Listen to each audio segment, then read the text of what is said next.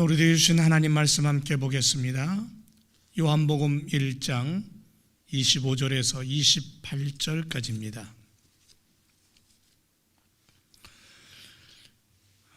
요한복음 1장 25절에서 28절까지 우리가 목소리를 맞춰서 함께 말씀을 읽기를 원합니다. 다 같이 시작. 또 물어 가로되 네가 만일 그리스도도 아니요 엘리야도 아니요 그 선지자도 아닐진데 어찌하여 세례를 주느냐? 요한이 대답하되 나는 물로 세례를 주거니와 너희 가운데 너희가 알지 못하는 한 사람이 있었으니 곧 내 뒤에 오시는 그이라. 나는 그의 신들매 풀기도 감당치 못하겠노라 하더라. 이 일은 요한의 세례 주던 곳 요단강 건너편 베다니에서 된 일이니라. 아멘. 한번 기도하겠습니다. 하나님, 말씀을 듣습니다. 가정에서 온라인으로 예배하는 성도들의 마음을 주님 붙잡아 주시고 함께 한 마음이 되어 예배하는 저희들 도와주옵소서. 우리가 어디에 있든지 우리 하나님께서 우리의 마음을 아시고 우리의 소망을 아시고 속히 응답하시며 축복하실 줄 믿습니다. 말씀 속에 함께 하시고 오늘 요한복음 1장에 있는 세례 요한을 통해 하나님의 뜻을 깨닫는 저희들 되게 해 주옵소서. 예수님 이름으로 기도합니다. 아멘. 오늘 말씀의 제목은 세례 요한의 신앙입니다.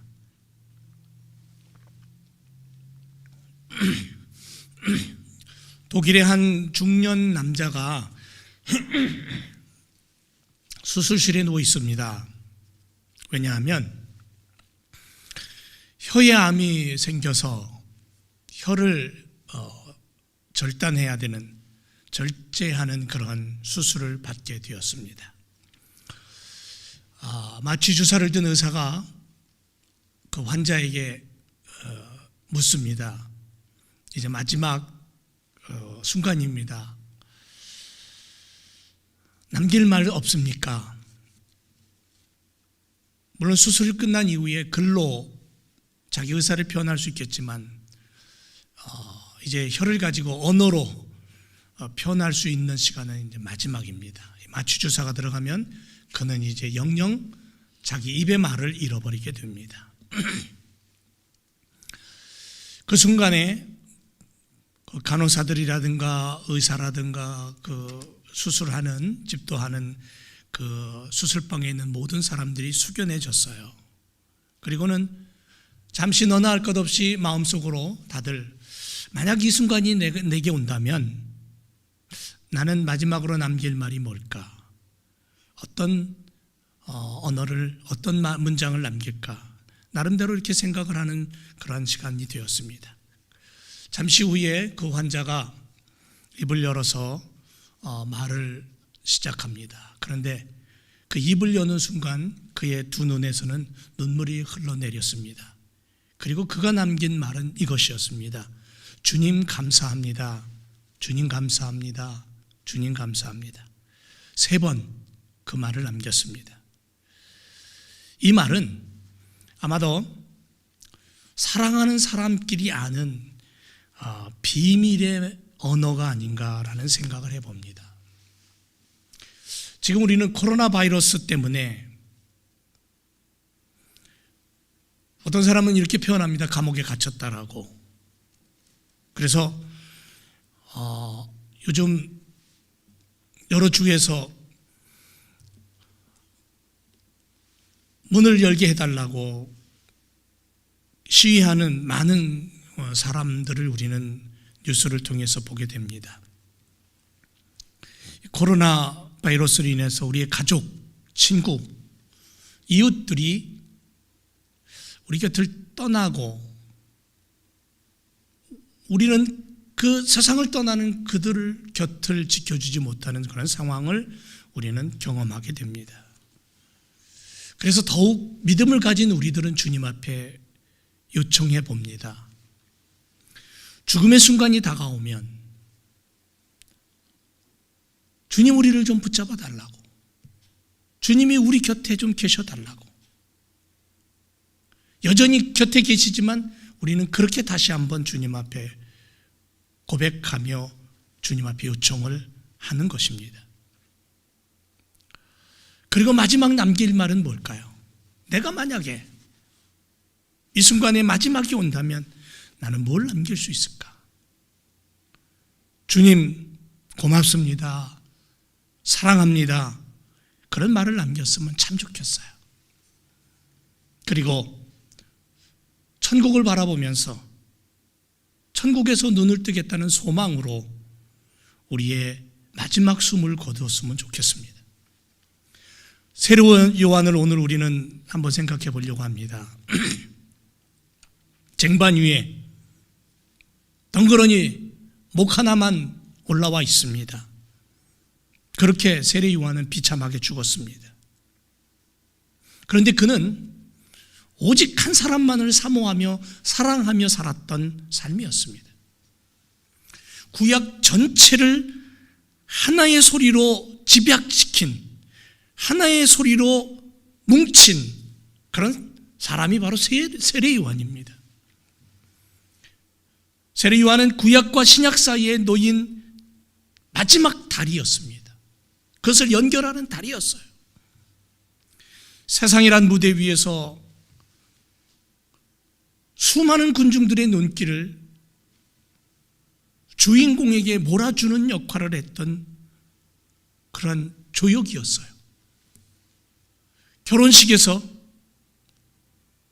중매쟁이로 결혼식을 잘 마무리하고는, 그리고는 신부를 신랑 옆에 인도한 이후에 사라져버리는 그러한 모습의 역할을 세례 요한이 했다라는 겁니다. 그래서 여자가 낳은 자 중에 세례 요한보다 큰 이가 없다라고 예수님은 그렇게 말씀을 하셨습니다. 여러분, 이 세례 요한이 오늘 우리들에게 그런 고백을 들려줍니다. 그리고 우리도 그렇게 살라고 말합니다. 하나뿐인 혀를 가지고 생의 마지막 순간 앞에서 고백할 말이 있다면 아마도 세례 요한 같은 모습을 가지면 어떨까 하는, 그렇게 가지고 살아야 될, 다짐해야 될 우리들의 모습이 아닌가, 그런 마음을 다잡아 먹습니다. 여러분, 바울을 한번 보세요. 바울은 다메섹 언덕에서 예수님을 만나죠.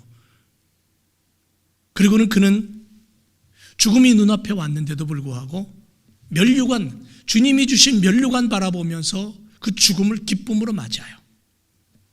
감사했어요. 돌이 막 날라옵니다.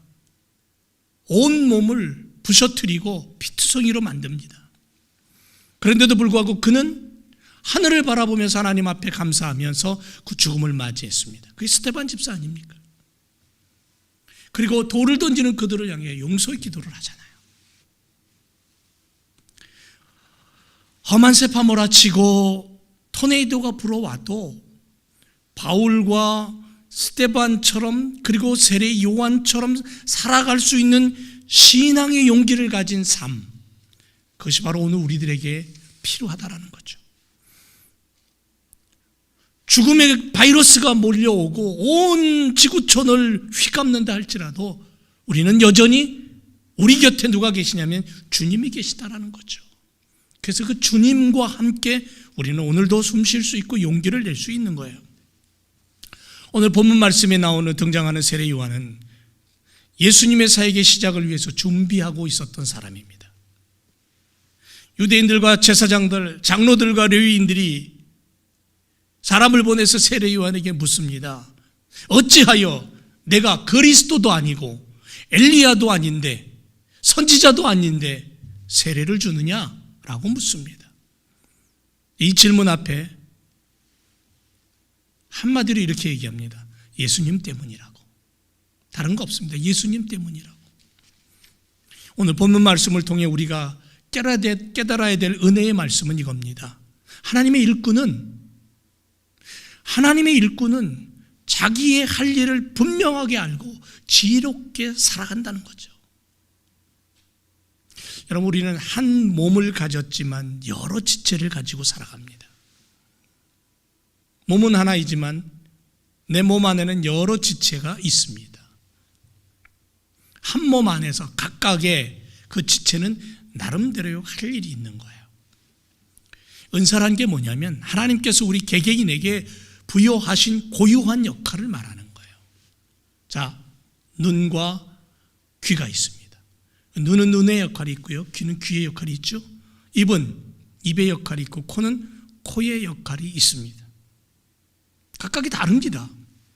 코가 입이 될 수 없고 손이 발이 될 수 없고 귀가 눈이 될 수 없습니다.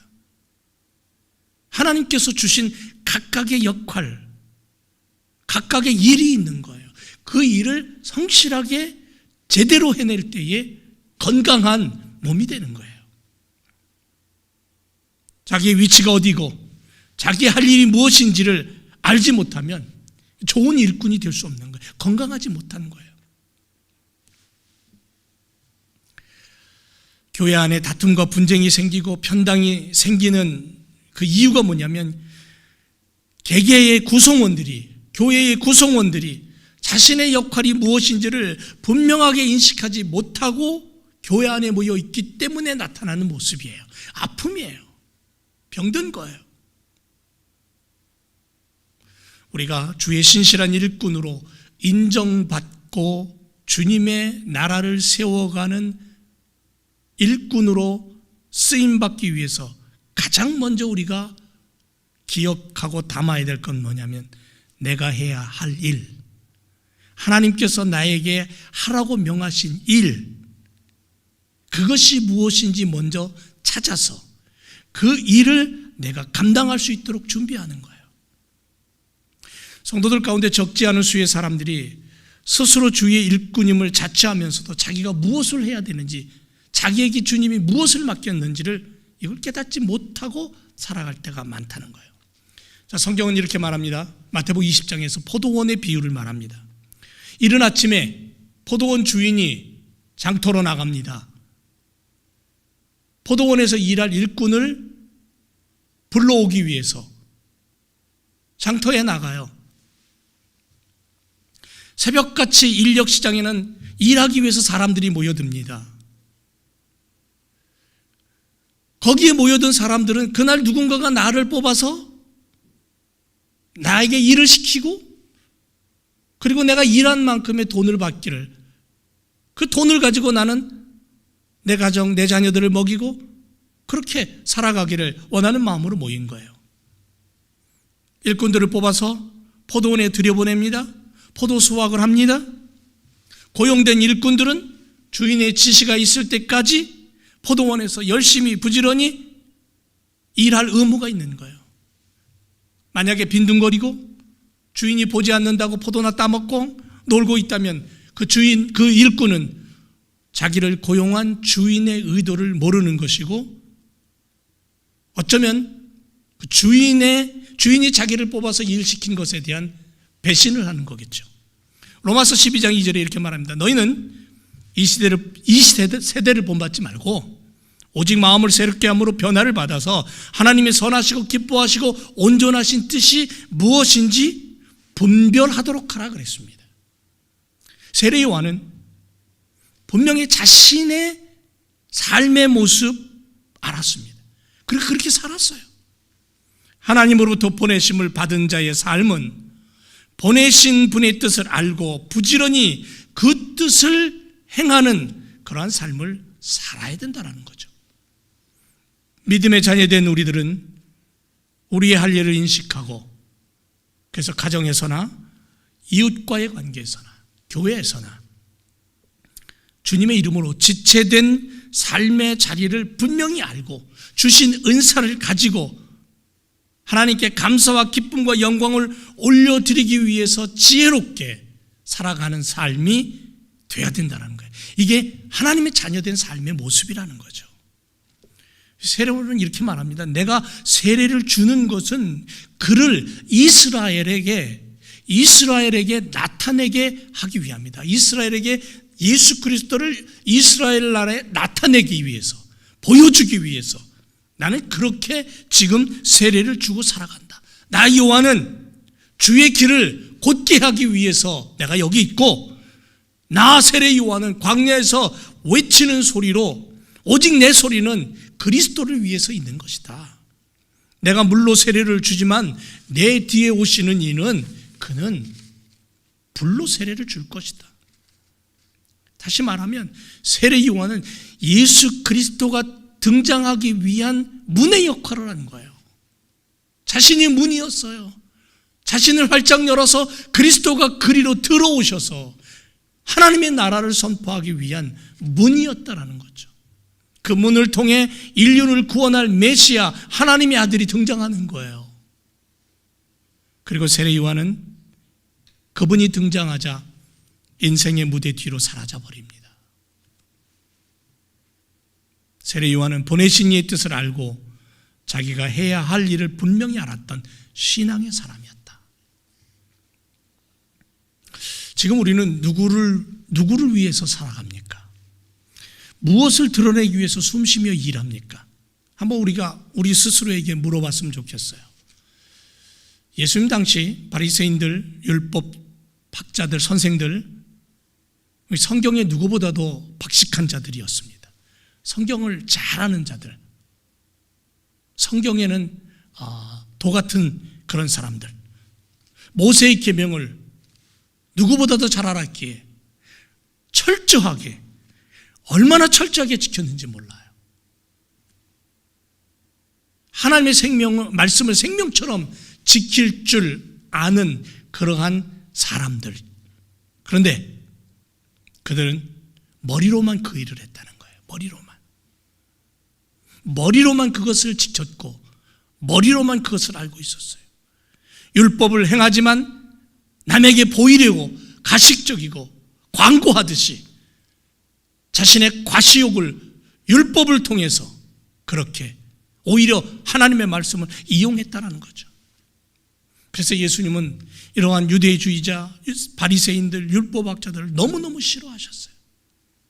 회칠한 무덤이라고까지 말씀하셨어요. 진정한 신앙인은 하나님의 말씀을 생명처럼 아낄 줄 알아야 돼요. 그리고 머리에만 머물러 두지 않고 가슴에 담아요. 하나님의 말씀, 예수님의 십자가, 무덤을 여신 부활의 그 사건을 머리에다만 담지 아니하고 가슴에 담고 가슴의 것을 꺼내어서 행동으로 옮겨 손과 발이 수고하는 것을 아끼지 않나요? 이것을 통해 하나님의 사랑을 보여줘요. 하나님의 그 놀라우신 은혜가 나타나게 해요. 자기 할 일을 분명히 알고 지혜롭게 행동하는 삶의 모습이죠. 성경은 우리에게 말합니다. 행함이 없는 믿음은 죽은 믿음이다라고. 외식과 가식으로, 거짓과 교만으로 하나님을 팔아먹고 사는 바리새인, 사두개인, 제사장들을 보면서 예수님의 속은 뒤집히셨어요. 세례 요한은 그들의 더러움을 보았던 겁니다. 그들의 두 얼굴을 본 거죠. 그리고 진정한 하나님의 모습을 가진 예수님이 누구인가를 소개합니다. 너희가 닮고 따라야 할 삶의 기준은 바로 이분이라고 외치는 거예요. 그래서 예수님을 향해 뭐라고까지 외칩니까? 보라, 세상 죄를 지고 가는 하나님의 어린 양이라고 그렇게 외칩니다. 지금도 주님은 당신의 멍든 가슴을 안고 우리를 바라보십니다. 그리고 우리는 주님의 그 아픔을 좀 깨달았으면 좋겠습니다. 코로나 바이러스로 인해서 어려움 당하는 우리는 오늘 하루 어떻게 살아갈까요? 이 시대를 바라보는 우리들의 마음이 과연 주님의 마음과 얼만큼 가까이 가고 있을까요? 주님 우리에게 이렇게 말씀하시는 건 아닌가요? 너는 나를 선생이라 불렀지. 그런데 너는 나에게 묻지 않는다. 너는 나를 빛이라고 불러. 그런데 너는 나를 바라보지 않아. 너는 나를 길이라고 불렀는데 너는 나를 따르지 않구나. 너는 나를 진리라고 부르고 있지만 나를 믿지 않아. 너는 나를 생명이라고 불렀어. 그런데 너는 나를 원하지 않고, 너는 나를 현인이라고 부르고 있지만 너는 나에게 주의를 기울이지 않고 살아가지 않냐. 너는 나를 사랑스럽다 불렀지만 그런데 너는 나를 사랑하지 않고 나를 자비롭다고 말하고 있지만 그런데 너는 나를 신뢰하지 않는구나. 너는 나를 의롭다라고 그렇게 말하면서 왜 너는 나를 두려워하지 않고, 너는 나를 전능자라고 말하면서 너는 왜 나를 영화롭게 하지 못하냐. 이 시간 주님께서 그렇게 우리에게 묻고 있는 것 같습니다. 그것도 그냥 묻는 게 아니고요, 주님의 가슴은 울면서 우리에게 지금 가해지고 있는 이 형벌, 코로나 바이러스, 이것이 지구촌에서 사라지기를 하나님 아버지께 기도하면서 말이에요. 우리 주님이 우리 곁에서 이 지구촌의 모습을 보면서 주님이 우리보다 더 간절히 그렇게 가슴을 치며 기도하면서 오늘 우리에게 주님의 멍든 가슴을 보여주고 있는 거예요. 너희는 과연 나를 어떻게 보고 있고, 너희는 나를 어떻게 바라보고 의지하냐. 우린 분명히 깨달아야 되겠죠. 주님을 드러내지 않고, 주님을 앞세우지 않고, 주님께 헌신하지 않고, 주님을 고백하지 않고 어떻게 주님의 제자요 주님의 자녀라고 말할 수 있을까? 부르심을 받았고 보냄을 입은 하나님과 동역하는 일꾼이라고 할 수 있는 삶의 자세는 과연 무엇일까? 세례 요한이 오늘 우리에게 그 답을 주고 있는 거예요. 누가복음 7장 44절 이하에 보면 한 여자가 나옵니다. 예수님은 그 여자를 보시면서 시몬에게 이렇게 말합니다. 야, 이 여자를 보니? 너는 내가 너의 집에 들어왔을 때 너는 나에게 발 씻을 물도 주지 않았어. 그런데 봐라, 이 여자는 눈물로 내 발을 적시고 있지 않니? 자신의 머리털로 씻기고 있어. 너는 내게 입맞추지 않았지만 이 여인은 내가 이 집에 들어올 때부터 내 발에 입을 맞추기를 그치지 아니했다. 너는 내 머리에 감람류도 붓지 않았지만 이 여인은 향유를 내 발에 부었고, 그리고는 예수께서 이 여인에게 이렇게 말합니다. 내 믿음이 너를 구원하였으니 평안히 가라. 주님을 바라보고 주님께 고백하고 주님 한 분만으로 만족할 수는 없는 건지, 주님 때문에 손해볼 수는 없는 건지, 주님 때문에 나의 명예와 부도 포기하고 광야에서 메뚜기와 석청을 먹으면서 지냈던 세례 요한은 자신의 할 일을 분명히 알았고 오늘 우리들에게 믿음의 사람이 어떻게 살아야 되며 무엇을 바라봐야 될 것인가를 분명하게 가르쳐주고 있습니다. 주님께서 등장하시자 세례 요한은 죽습니다. 보내심을 받은 자의 삶의 자세를 잃지 않고 처음부터 끝까지 믿음으로 살았고 예수 그리스도의 길을 예비하며 살았고, 그래서 참 멋진 일꾼으로 살았던 세례 요한, 그를 오늘 우리는 들여다보며 이 코로나 사태 앞에서 주님을 우리가 좀 더 깊이 의지하며 주님의 이름을 불렀으면 좋겠습니다. 오직 예수 그리스도만을 증거하고 드러내며 숨쉬며 살았던 세례 요한, 그는 자신의 손으로 메시아이신 주님께 세례를 베풀었고요, 하나님의 나라가 펼쳐짐을 보았고 사명을 다했고 그리고 주님 품에 안겼던 멋진 신앙의 사람입니다. 예수님께서 역사의 주인공으로 등장하는 순간까지 최선을 다하여 자신의 일을 감당했던 사명의 사람, 믿음의 사람, 자기의 할 일을 분명히 알고 지혜로운 행동으로 하나님의 나라를 세웠던 하나님의 일꾼. 사랑하는 제일교회 성도 여러분, 지금 우리에게 필요한 것은 가정과 일터와 교회 안에서 우리들이 해야 할 일이 분명히 알고 성실하게 그 일을 감당하되 반석이신 예수 그리스도 이름으로 그 일을 행하여 하나님의 영광이 드러나는 삶을 우리가 살아야 될 줄로 믿습니다. 코는 코로서, 입은 입으로서, 손과 발은 손과 발로서 그 주어진 모습에서 하나님의 나라를 세워가는 교회, 하나님의 영광을 드러내는 가정, 하나님의 뜻이 드러나는 사회, 이렇게 건강하게 움직여서 머지않아 이 코로나 사태도 하나님의 손길로 회복되고 우리가 다시 모일 때에는 그 하나님의 놀라우신 은혜를 더 감사하며 더 기뻐하며 나눌 수 있는 그러한 우리들의 모습이 되어야 될 줄로 믿습니다. 하나님은 지금도 우리 가운데 계십니다. 우리들 속에서 하나님 일하시고 계심을 우리는 믿습니다. 그 하나님을 바라보며 세례 요한이 오늘 우리들에게 분명히 해야 될 믿음의 삶의 모습을 보여준 것처럼 우리도 그렇게 세례 요한 같은 신앙의 모습으로 이 땅을 살아서 하나님의 영광을 드러내는 하나님의 일꾼으로 서는 우리들의 삶이 되어야 될 줄로 믿습니다. 기도하겠습니다.